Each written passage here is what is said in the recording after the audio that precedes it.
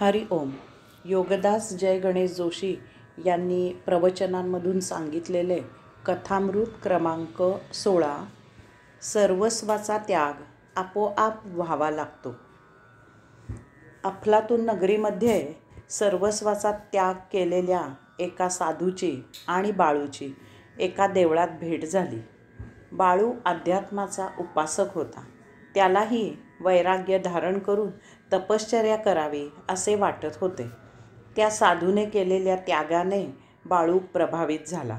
बाळूनेही सर्वस्वाचा त्याग करून भक्तिमार्ग अनुसरण्याची इच्छा प्रदर्शित केली. तेव्हा तो साधू बाळूला म्हणाला की हे असे करू नको. सध्या येथे घरीच भक्ती सुरू ठेव. सिद्धी प्राप्त झाली की त्यागाची वेळ आपोआप येईल. तेव्हा बाळू त्याच्याशी वाद घालू लागला. तो साधूला म्हणाला की तुम्हाला जे जमते ते मला का जमणार नाही. मी काही मनाने इतका कमकुवत नाही. मीही सर्वस्वाचा त्याग करून भक्तिमार्ग अनुसरून दाखवतो. साधूने स्मितहास्य केले. साधू म्हणाला, ठीक आहे, चल गावापासून दूर राहून जपजाप्य करू. गावात येऊन भिक्षा मागून उदरनिर्वाह करू. बाळू आणि साधू गावाबाहेर 2 झोपड्या बांधून राहू लागले. बाळू त्या साधूच्या मार्गदर्शनाखाली मनोभावे जपजाप्य करू लागला. एके दिवशी वादळ सुरू झाले. झोपड्या हलू लागल्या. तेव्हा साधू झोपडीबाहेर येऊन शांतपणे ते पाहत त्याचा हसत हसत आनंद घेऊ लागला. बाळू जोरात म्हणाला, पवनदेवा, ही झोपडी हनुमंताची आहे. तरीही झोपडी काही हलायची थांबेना. तेव्हा बाळू जोरात म्हणाला, पवनदेवा, ही झोपडी सीतामाईची आहे. तरीही झोपडी काही हलायची थांबेना.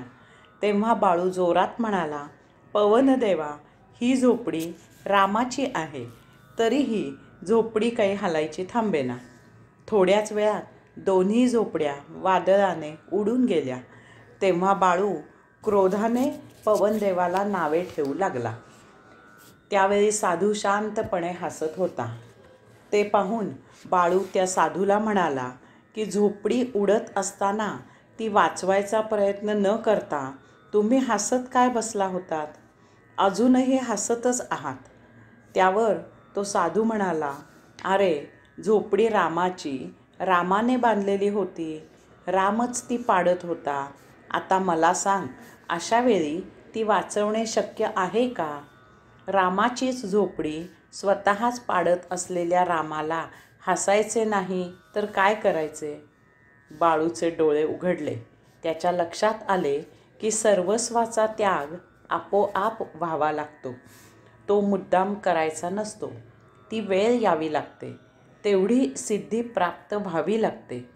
तोपर्यंत घरीच सर्व सांभाळून भक्ती करावी हेच श्रेयस्कर असते. हरि ओम.